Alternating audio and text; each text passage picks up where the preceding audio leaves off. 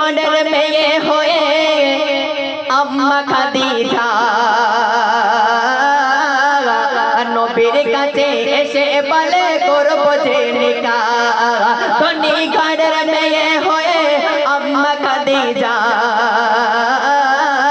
নবীর কাছে এসে বলে করব যে নিকাহ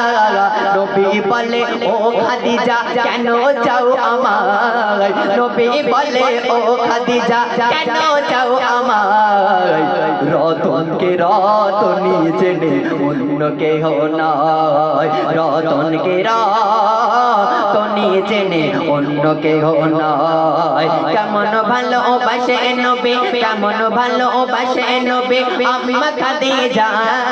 কেমন ভালোবাসে নবী আম্মা খাদিজা যে ভালোবাসায় খুশি হতেন আল্লাহ দয়াময় যে ভালোবাসায় খুশি হতেন আল্লাহ দয়াময় আম্মা জান খাদিজা আল্লাহ রাসূলের সঙ্গে বিয়ে হয়ে গেল ভাইজান চেপে দেন আমি আমার দিকে ফলো রাখেন আম্মা জান খাদিজা আল্লাহ রাসূলের সঙ্গে বিয়ে হয়ে গেল হয়ে যাওয়ার পরে আম্মা জান খাদিজা রাদিয়াল্লাহু তাআলা আল্লাহ রাসূলকে কেমন ভালোবাসতেন কতটা শ্রদ্ধা করতেন দেখেন আমার নবী দ্বীন ইসলামের দাওয়াত দিতে যেতেন অনেক রাতের বেলা বাড়িতে আসতেন দাওয়াত দিয়ে অনেক রাতের বেলা বাড়িতে আসতেন এমন কোনো দিন নেই যে বাড়িতে এসে দুবার দরজায় টোকা মেরেছে একবার টোকা মারার সঙ্গে সঙ্গে হ্যালো একবার টোকা মারার সঙ্গে সঙ্গে আম্মা জান খাদিজা রাদিয়াল্লাহু তাআলা দরজা খুলে দিত একদিন আল্লাহ রাসূল সাল্লাল্লাহু আলাইহি ওয়াসাল্লাম জিজ্ঞাসা করছে আম্মা জান খাদিজাকে বলে ও খাদিজা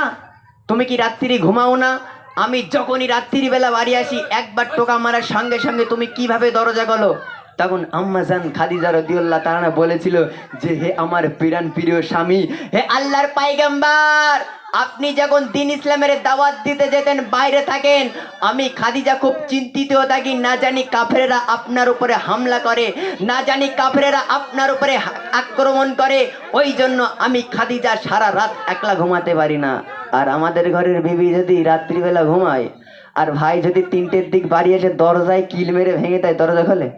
দরজা খোলে না আম্মা জান খাদিজা রাদিয়াল্লাহু তাআলা আল্লাহ রাসূলকে কতটা ভালোবাসতেন কবি ছন্দের মাধ্যমে আরো কি লিখতে শুনুন দিনের দাওয়াত দিতে নবী চাই গো দাঁড়ে দাঁড়ে অপেক্ষাতে বসে থাকে বিবি নিজের ঘরে দিনের দাওয়াত দিতে নবী চাই গো দাঁড়ে দাঁড়ে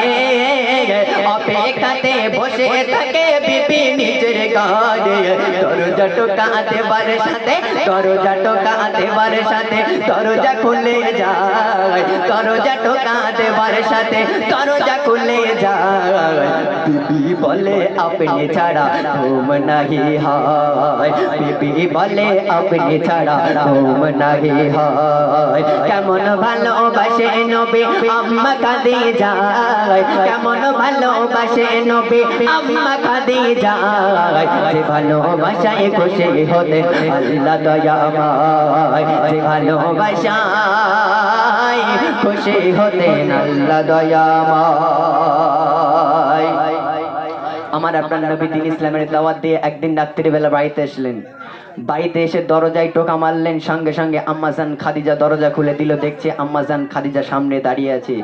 দেখছে আম্মা জানের জামাটায় এতটাই ছিঁড়ে গেছে যে তাবলি মারার কোনো প্রতিষ্ঠান নেই এতটাই ছিঁড়ে গেছে যে সেলাই করার কোনো প্রতিষ্ঠান নেই আল্লাহ রাসূল সাল্লাল্লাহু আলাইহি ওয়াসাল্লাম এই দৃশ্য দেখে অজর নয়নে কেঁদে ফেলেছিল কেঁদে ফেলে বলছে ও খাদিজা তুমি কোন ঘরের মেয়ে তুমি তো খুব ধনী ঘরের মেয়ে খুব বড় লোকের মেয়ে ও খাদিজা তুমি কি আমাকে বিয়ে করে ভুল করনি তখন আম্মা জান খাদিজা রাদিয়াল্লাহু তাআলা বলেছিল যে হে আমার প্রাণ প্রিয় স্বামী হে আল্লাহর পয়গম্বর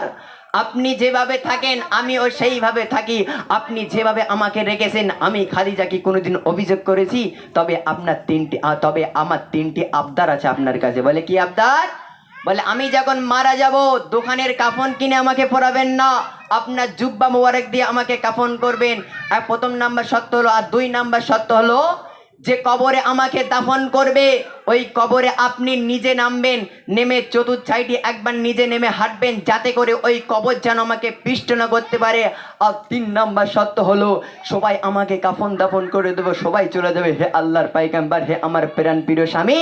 আপনি যেন খবরদার যাবেন না। আমি সওয়ালে যাবের খুব ভাই ভাই, আপনি যেন খবরদার যাবেন না। আরে কি ভালোবাসা কবি ছন্দের মাধ্যমে আরো কি লিখছে শুনুন। বিবি বলে ও গো স্বামী মরণেরই পরে কবরে শোভাবেন আমায় জুমা কাফন করে। প্রথম নাম্বার আবদার হলো কি, আর দ্বিতীয় নাম্বার আবদার কি দেখেন, কবরেরই চারিপাশে ঘুরবেন হেঁটে হেঁটে, কবর যেন নাহি পারে আমার পিছে দিতে,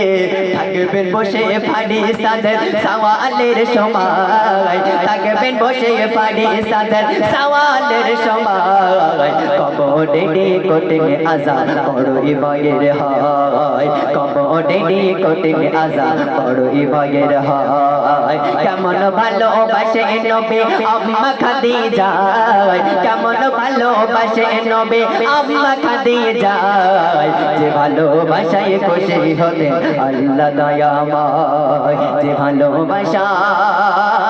খুশি হতেন আল্লাহ দয়াময়। আম্মা জান খাদিজা ইন্তেকাল হয়ে গেল।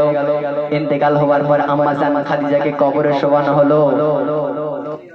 কবর শোয়ানোর পর আম্মা জান খাদিজাকে যতবার কেবলার দিকে করা হয় মুখটা ঘুরে ঘুরে আসমানের দিকে হয়ে যায়। যেহেতু কোনো ব্যক্তি যদি ভাইজান মারা যায় মুখটাকে কোন দিকে রাখা হয়, পশ্চিম সাইডে রাখা হয়। আম্মা জান খাদিজার মুখটাকে যতবার পশ্চিম সাইডে রাখা হয় ঘুরে ঘুরে আসমানের দিকে হয়ে যায়। আবারও একবার চেষ্টা করলো, মুখটা ঘুরে যতবার পশ্চিম দিকে রাখা হয় আসমানের দিকে হয়ে যায়। এমনি করে 3 বার চেষ্টা করলো, আম্মা জান খাদিজার মুখ আর পশ্চিম দিকে ঘরে না। তখন আল্লাহ রাসূল সাল্লাল্লাহু আলাইহি ওয়াসাল্লাম খুব চিন্তিত বললো। তখন আল্লাহ পাক রব্বুল আলামিন জিবরিল আমিনকে বলে পাঠালেন আমার নবীর কাছে, বলে হে আল্লাহর পয়গম্বর, হে আল্লাহর বন্ধু, আপনি চিন্তা করবেন না। আম্মা জান খাদিজা দ্বীন ইসলামের জন্য এতটাই কুরবানি করেছে, দ্বীন ইসলামের জন্য এতটাই কষ্ট করেছে। আল্লাহ পাক চায় না যে খাদিজার মুখটাকে কেবলা করে দিকে রাখো, আল্লাহ পাক চাই আম্মা জান খাদিজার মুখটাকে সামনাসামনি রাখো, যাতে করে ওই আসমান থেকে যেন সারাক্ষণ খাদিজার মুখটাকে দেখতে পাই। জোরে হোক না একটু সুবহানাল্লাহ। আল্লাহ পাক রব্বুল আলামিন নিজেই সালাম পাঠিয়েছিল কোন কাকে, এই আম্মা জান খাদিজাকে এতটাই ভালোবাসে। তো চলুন লাছন্দে কবি কত সুন্দর কবিতা কি লিখছে শুনুন। যত সময় খাদিজাকে কেবলাতে মুখ করে,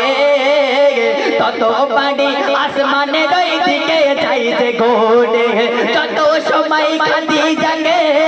কেবলাতে মুখ করে, তত বাড়ি আসমানের ওই দিকে যাইতে ঘোরে। আল্লাহ বলে ও গো নবী চিন্তার কিছুই নাই, আল্লাহ বলে ও গো নবী চিন্তার কিছুই নাই।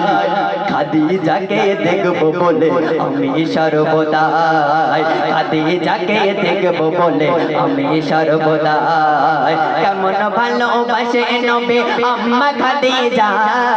কেমন ভালোবাসে নবী আম্মা খাদিজা, যে ভালোবাসায় খুশি হতেন আল্লাহ দয়াময়, যে ভালোবাসায় খুশি হতেন আল্লাহ দয়াময়।